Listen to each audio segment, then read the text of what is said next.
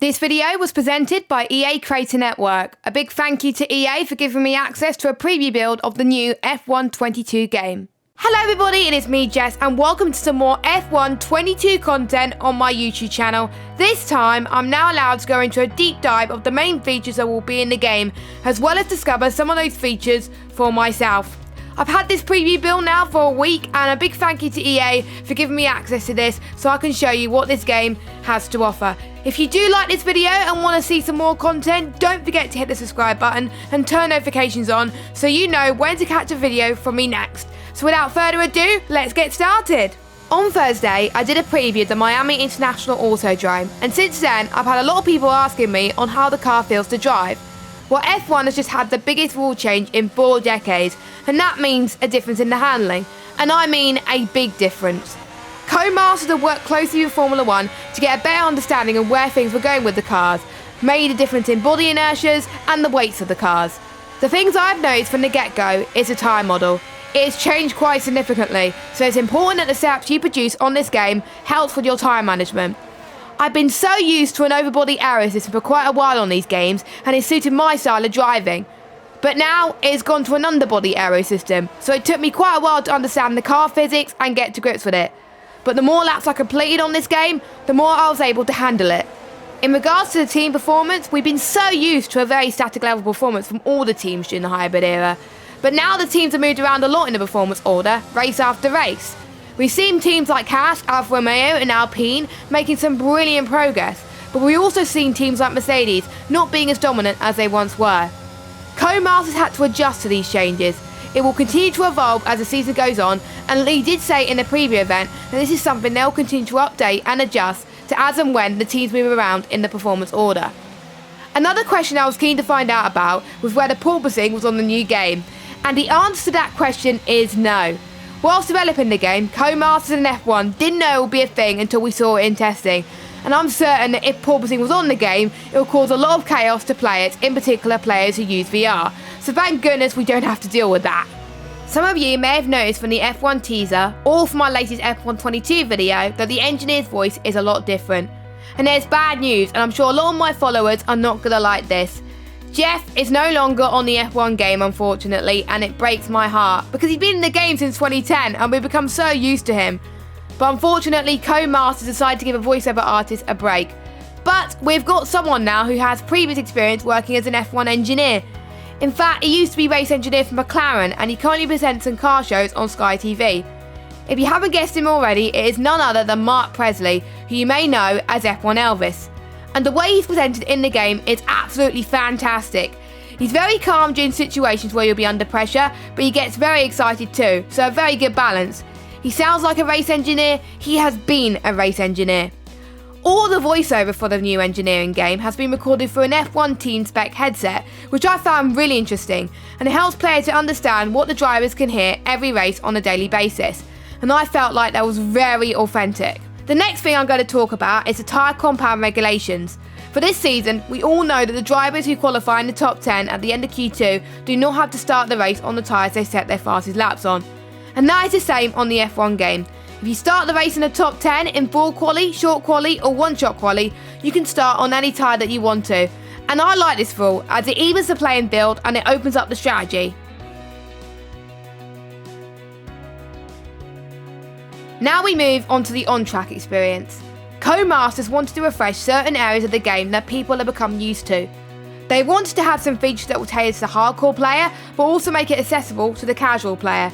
And this is something that coders have been so passionate about, making things accessible for all with any skill level. Co-Masters have introduced new immersive and broadcast styles for formation laps, pit stops and safety car periods, and players can choose a style which is most comfortable for them. These could be individually toggled in the rules and flags menu before the start of the race. We'll start off with immersive. During the formation lap, it allows the players to drive the entirety of the formation lap, including the reforming of your car on the grid ahead of the race starting. You can position your car defensively or offensively in your grid slot as you see all the time in the sport, and it gives the player an authentic experience. For the player who wants a full-on experience in terms of pit stops, we have the pit stop turn-in mechanic, where timing is based on the time your car will turn into the grid space. If you turn in at the wrong point, it upsets your team, there may be a slower stop, or there may be a mistake, such as a wheel stuck, or a front wing may get stuck, for example. If you get your pit stop right, there will be a faster stop. Throughout my team and driver career, you can continue to train your team in these areas. If you choose to run the immersive style during the safety car period, you will run the safety car as normal as per the previous F1 games. There may be players that want to experience these features but don't want to take part in them themselves, so Codemasters have introduced the broadcast element with abridged footage of the safety car, formation lap and pit stops. And to be honest, I found those very, very good, and Codemasters have taken a huge step up in improving the presentation on the game. You can see some really interesting facts on championships, for example, tyre life, and you can also see the car bunching up during the safety car and the formation lap. Now what about the end of race celebrations? Well, Codemasters have really stepped up the mark with this year, with new revised podium sequences and new locations. There are videos on the rules every time someone runs a race, and there's also cars parked under the podium. And you'll also see drivers celebrate with their teams more often as well.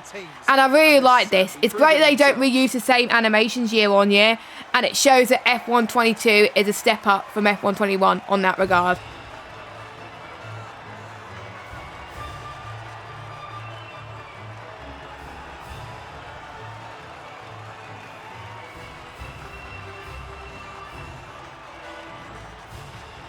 The one thing I also like is the ability to change commentators depending on where you're based.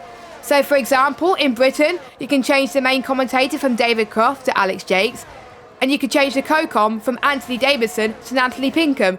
Here's an example of Alex Gillon commentating Miami. We are here in the coastal shores of Florida for the Miami Grand Prix, which has become the 11th Formula One track held in the United States. The grandstands are packed for what we hope is going to be another fantastic race. The practice programs have been refined too.